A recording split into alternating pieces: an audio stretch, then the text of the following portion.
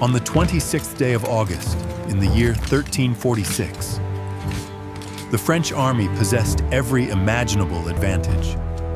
30,000 soldiers pitted against 9,000. Englishmen, the finest knights in Europe, engaged in a battle upon their own land. It appeared that the result was inevitable, and that the diminutive English army would undoubtedly be erased from existence of the planet. Yet, on that fateful day, an event unfolded on the field at Cray that would alter the very fabric of warfare for all time. A single innovation, honed by humble farmers, brought an abrupt conclusion to the long-standing supremacy of noble cavalry. It was more than a conflict. It signifies the culmination of a whole epoch. View the video to discover how a small group of archers rendered knights obsolete in a single battle, and why that day is remembered as a dark chapter in history, a day for the European elite. What if I were to reveal that everything you have steadfastly believed regarding medieval knights and their supposed invincibility? It is a tale of romance and deception, a myth that emerged prior to the renowned Battle of Crécy in 1346. The quintessential French knight represented the pinnacle of military strength and the advanced technology of his era. He was dressed in the most exquisite steel armor that the cutting-edge technology of the era could create for a substantial amount of money, and rested proudly on a formidable warhorse, meticulously trained from a young age, commanding a hefty price tag. This represented the zenith of Europe's military elite, seasoned in triumph against any adversary and invincible by ordinary people across ages of oppression. For the esteemed French noblemen of noble lineage, war was paramount, entirely a question of individual integrity, evening splendor, and a chance for advancement via ransoms. They charged into battle with a sense of assurance, as though it were merely another contest or festivity. With great delight, eagerly awaiting personal confrontations with formidable adversaries and abundant rewards in the shape of ransoms for captives. The utmost the notion that these noble warriors could face serious opposition from some contemptible commoners lacking lineage appeared profoundly ridiculous and outrageous to them.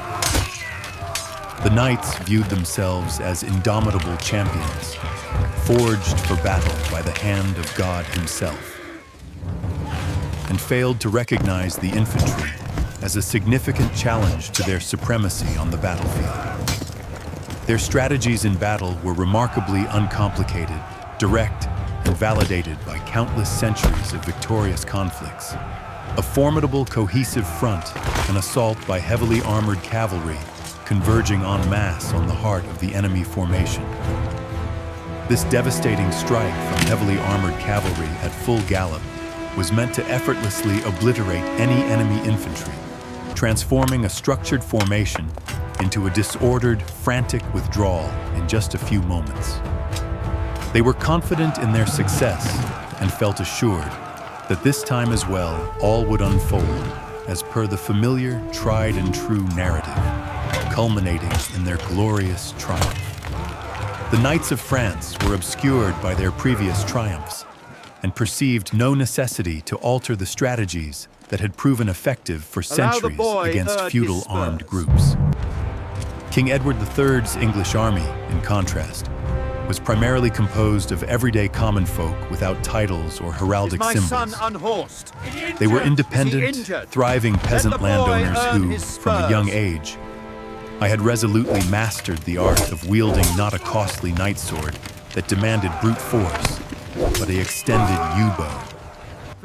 Standing at the height of a man, a feat that demanded years of dedication and effort. For those individuals, brutal conflict was far from a mere evening contest or a festive occasion. It was grueling, perilous labor that demanded to be undertaken. With unwavering dedication to their sovereign and nation, striving to ensure their safe return home. They did not pursue individual fame, but yearned to endure and earn their humble compensation for their contributions. Their understanding of psychology and perspective on the world were entirely distinct, fundamentally distinct from that of knights. They did not pursue personal fame through solitary confrontations, but instead operated as an integrated combat unit, operating under the guidance of seasoned leaders. Every focused archer understood precisely where he was meant to be within the thick arrangement, and recognized that his existence and well-being relied focused on the discipline, training, and dependability of those beside him. Individualism posed a significant threat, whereas collective action emerged as the essential path to triumph and the preservation of all. Unit.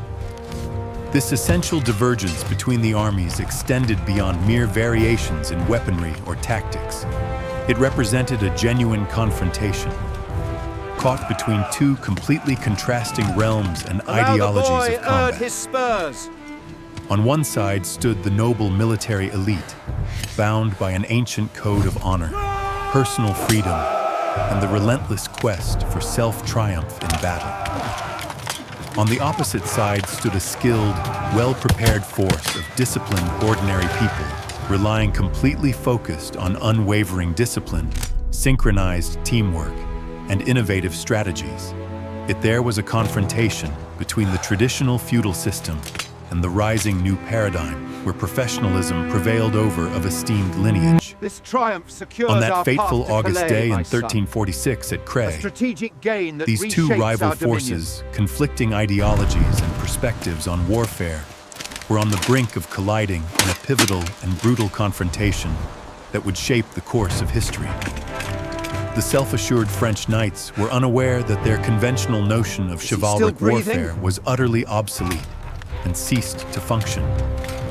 They boldly charged into the fray, not in pursuit of unforeseen honor and victory, but leading to the total and absolute downfall of their entire feudal age and value framework. Cray would emerge as an emblem, the conclusion of a reign of knightly supremacy on the battlefield and the dawn of a fresh chapter in professionalism military forces.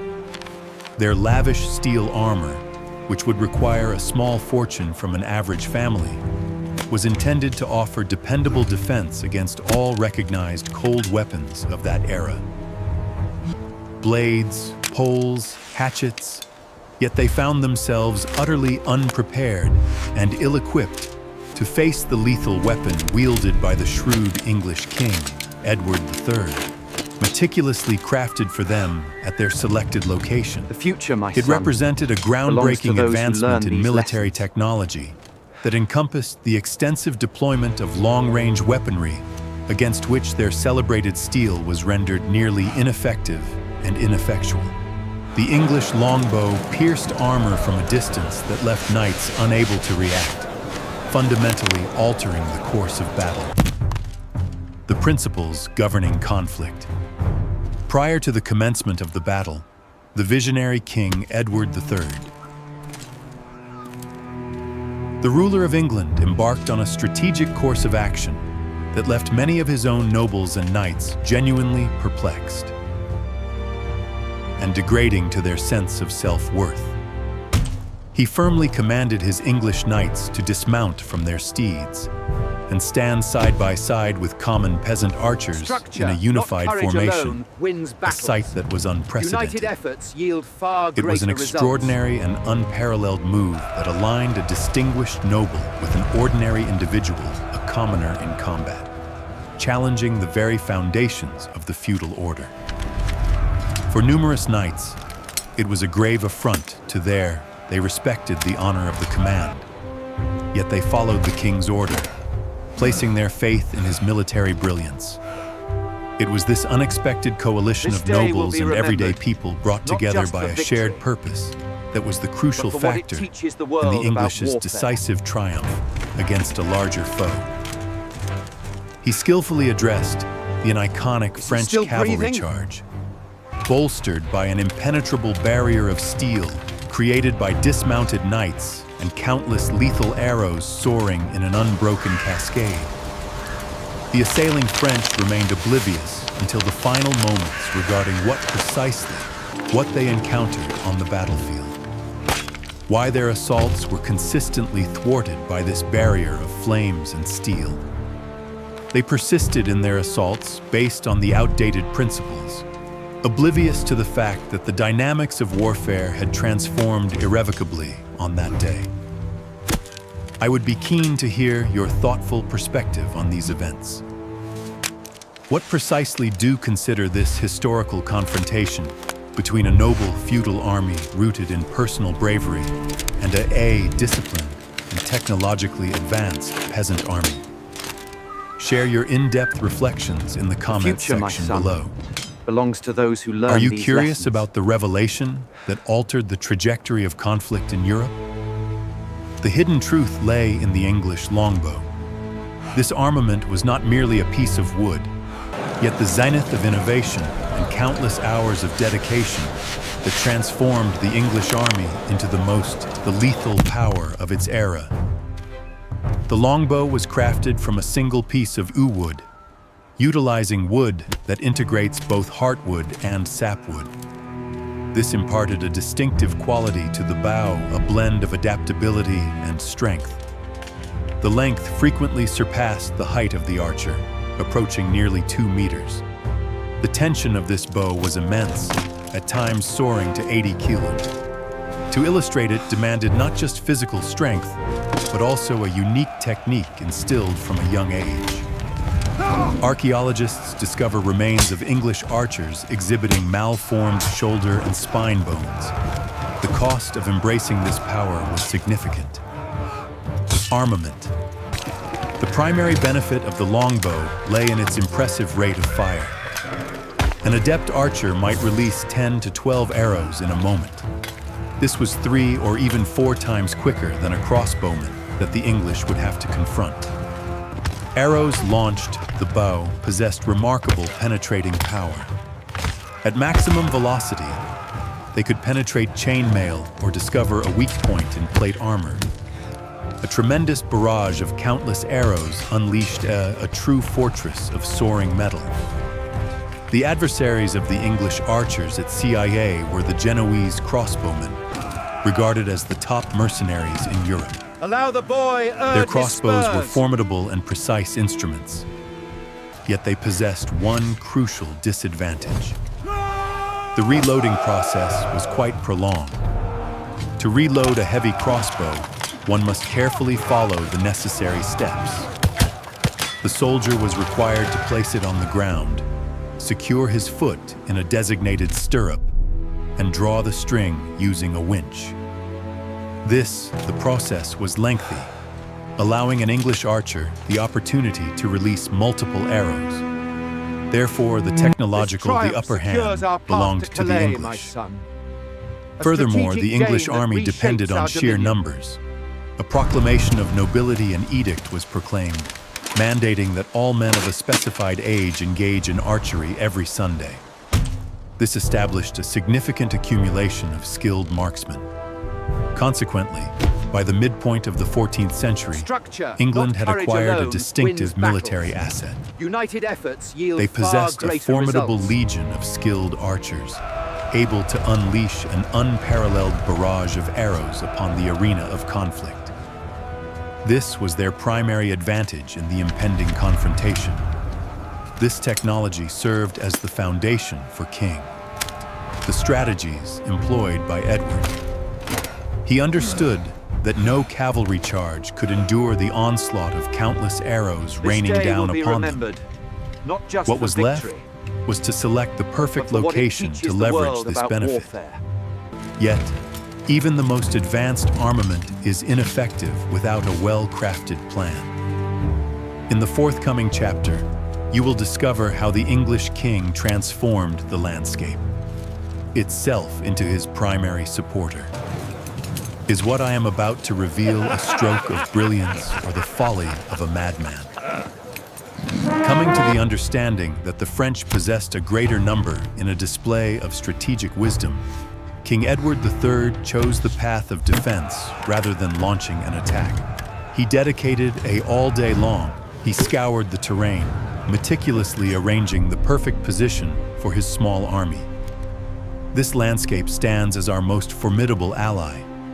We must harness it to our benefit, avoiding any hasty descent into chaos. He selected a soft incline nestled between the hamlets of Tsi and Vat. This role provided him with numerous significant benefits. To begin with, his forces were strategically placed at a higher elevation than those of the enemy, rendering any assault a formidable challenge. The French knights were compelled to launch an assault ascending.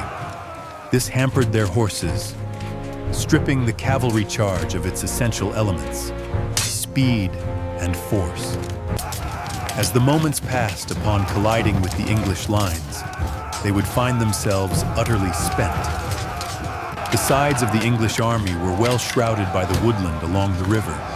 This eliminated the chance of a flanking maneuver and compelled the French to launch an attack, heading towards the most secure area.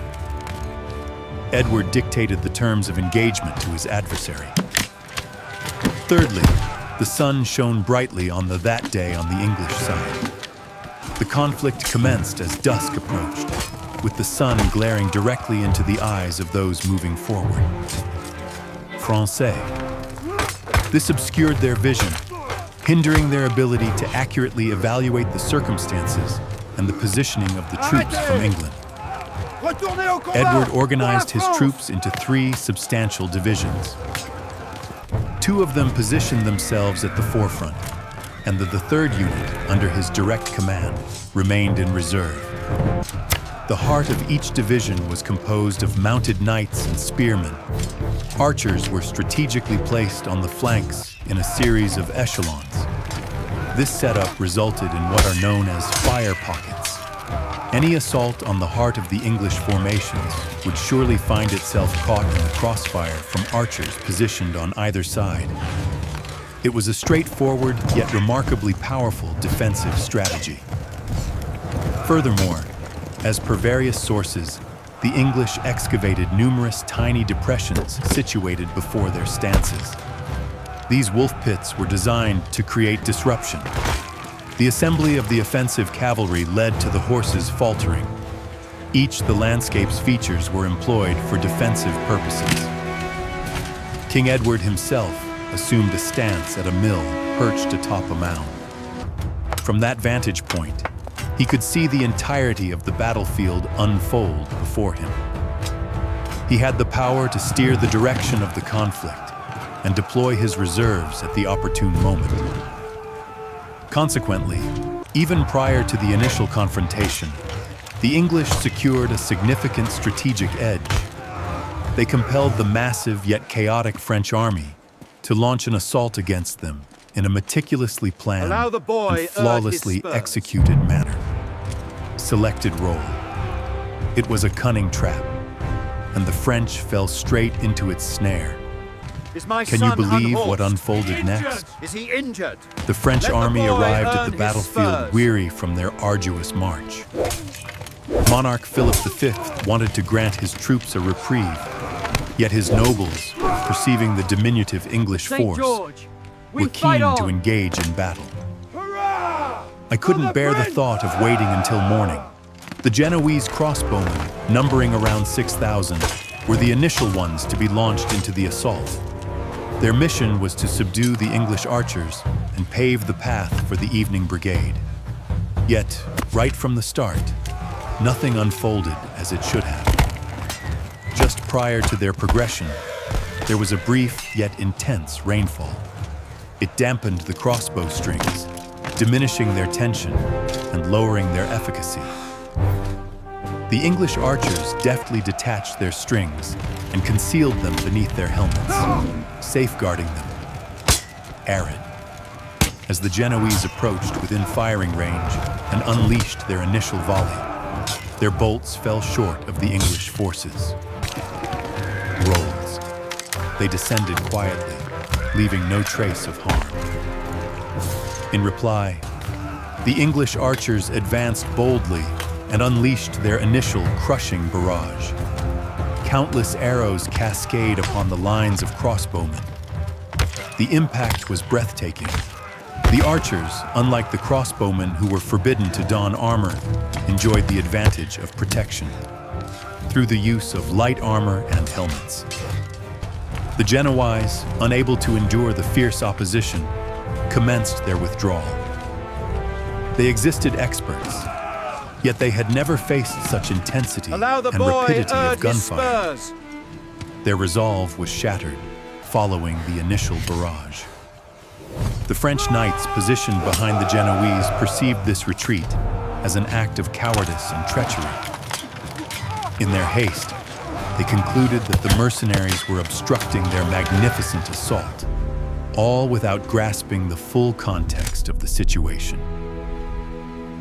The events that unfolded next would ultimately shape the fate of the battle. The Count of Alençon, who led the vanguard, delivered the command to strike. The French cavalry charged ahead, cutting through the lines of their own withdrawing crossbowmen. Utter pandemonium erupted as the knights charged through, mercilessly trampling and slashing at their own foot soldiers. The outcome was nothing short of disastrous, of military directives. Is he still breathing? Rather than a coordinated assault, there was chaotic movement, blending various types of soldiers. The French army launched an assault on its own forces before it could confront the adversary. The English observed this turmoil with a sense of calm detachment. The hill they occupy. Their archers persistently unleashed volley after volley into the bewildered throng of people and horses. The scheme devised by Edward III unfolded flawlessly. In what ways did this initial chaos influence the main? The formidable might of the French, the nocturnal cavalry? We shall delve into this during the forthcoming chapter. Amidst the turmoil within their own ranks, the initial surge of French knights managed to arrive at the base of the hill. They were the upper echelons of European aristocracy. The future, my son, assured in their belongs to those who imperviousness. learn these lessons. They hurried up the incline directly toward the positions in English. In that instant, the English archers revealed their true might. Countless arrows poured upon the advancing cavalry. As reported by those who witnessed the event, the sound of the flying arrows resembled the noise of a fierce tempest. The knights' armor stood strong against the onslaught. Yet the arrows discovered chinks in its formidable facade. Nonetheless, the primary focus of the archers was not the horsemen, but rather the horses they rode upon. The war horses, lacking adequate protection, found themselves as the initial casualties of the English bows. Horses, pierced by arrows, collapsed, forming genuine barriers for the advancing waves of assailants. Wins battles. The cavalry, United the formation efforts yield far faltered, greater results. causing the assault to lose its momentum and unity. Knights cast down upon the earth in their weighty, the armor lay powerless. The handful who succeeded in penetrating the barrage of gunfire faced yet another barrier of protection. English knights and spearmen engaged in combat on foot confronted them with a formidable barrier of javelins and blades. Weary from their ascent, This day the will French be found remembered, themselves unable just to for penetrate victory, this formidable formation. but for what it teaches The the world ascent, about at warfare. last, the relentless cavalry was worn down by the steep, rain-soaked incline. Is he Their still assault breathing? stumbled, failing to achieve its objective. They had no choice but to withdraw, abandoning numerous allies on the battlefield. However, the French command failed to gain insight from this setback. Rather than regrouping and altering their approach, they chose to reiterate the assault. Their knightly duty compelled them to cleanse the disgrace of their initial defeat.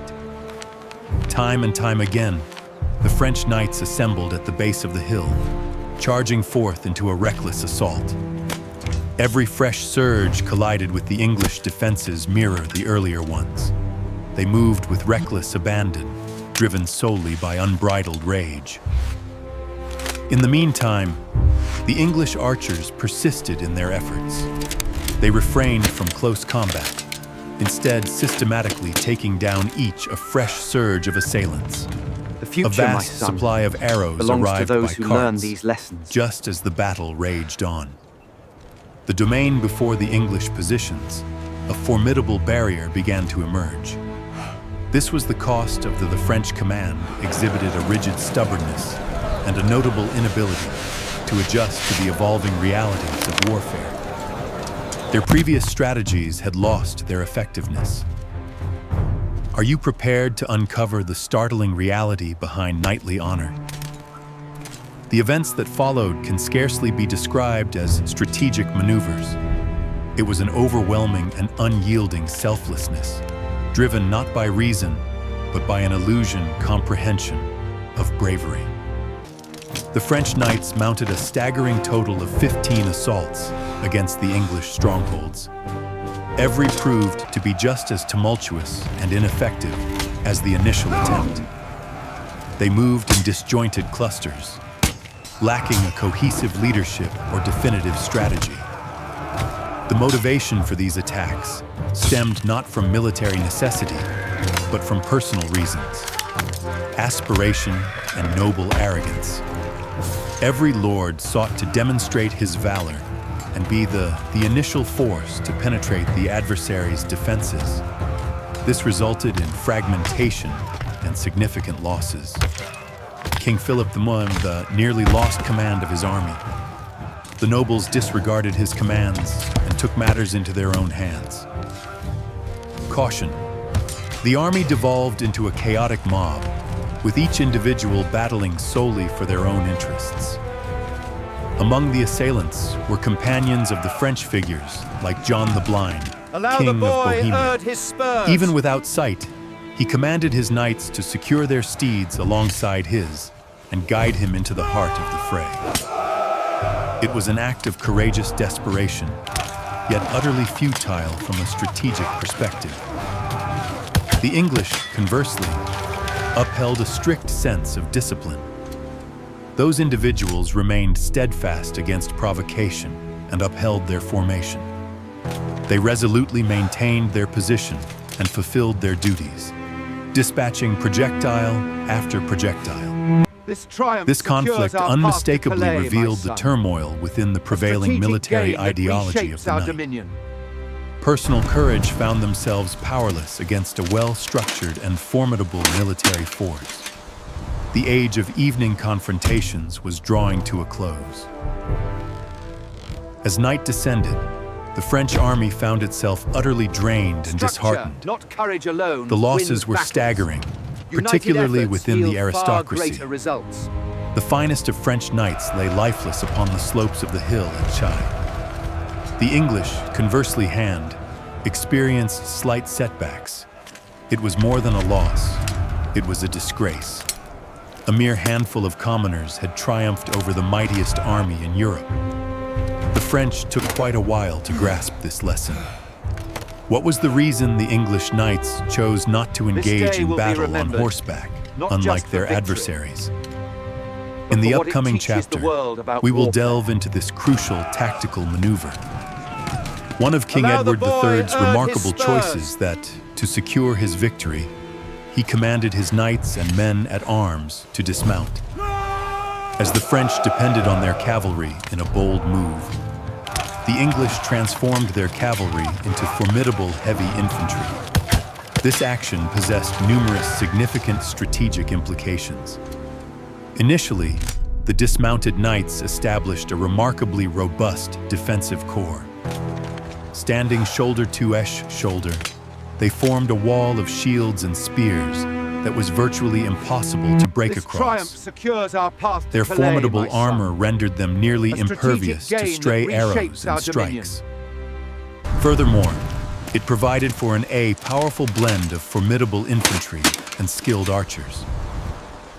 As the archers positioned on the sides unleashed their arrows at the assailants from a distance, the foot soldiers in the center stood poised, prepared to confront the few who managed to break through. It was the ideal blend of distant and up-close fighting techniques. Moreover, it significantly influenced the morale of the entire army. Commonplace, the archers observed that the lords and counts stood alongside them in the same formation, facing all the perils together. This has been reinforced spirit and fostered a feeling of togetherness that the French desperately needed.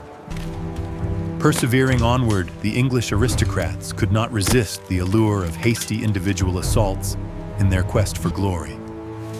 They had no choice but to function as a cohesive unit, adhering to shared discipline. This has been entirely eradicated the turmoil that engulfed the French army. Their primary duty was to endure the assault and safeguard the archers. Should the French knights succeed in breaching the wall of arrows, they would find themselves facing a new wave of English soldiers, at the ready. Worn out from the relentless march in the battle, they found themselves unable to fight with any effectiveness. This approach was not unfamiliar to the English. It had already proven effective in battles against the Scots. However, during the Battle of Crécy, it found its application. Facing a timeless nocturnal force, the outcome surpassed every anticipation. It demonstrated that heavy infantry in a defensive position could surpass the strength of attacking cavalry. They have no hope of overcoming us. The French, observing the English knights dismounted, likely interpreted this as a sign of vulnerability. Structure, not courage They were alone, unable to wins comprehend battles. why would United anyone efforts willingly yield relinquish far their greater primary results. asset, a war horse. However, this was exactly Edward's strategy, brilliant. He traded agility for the promise of robust protection. He grasped that in the particular. In the midst of this conflict upon the hill, it was the unwavering resolve of the infantry that stood out. That would be the essential element This for day will triumph. be remembered, Indeed, not just for victory, he was correct. but for what Therefore, it teaches the world the about triumph of the warfare. English was accomplished not solely due to the archers. It was the result of the competent interaction Is he still of breathing? all branches of the army.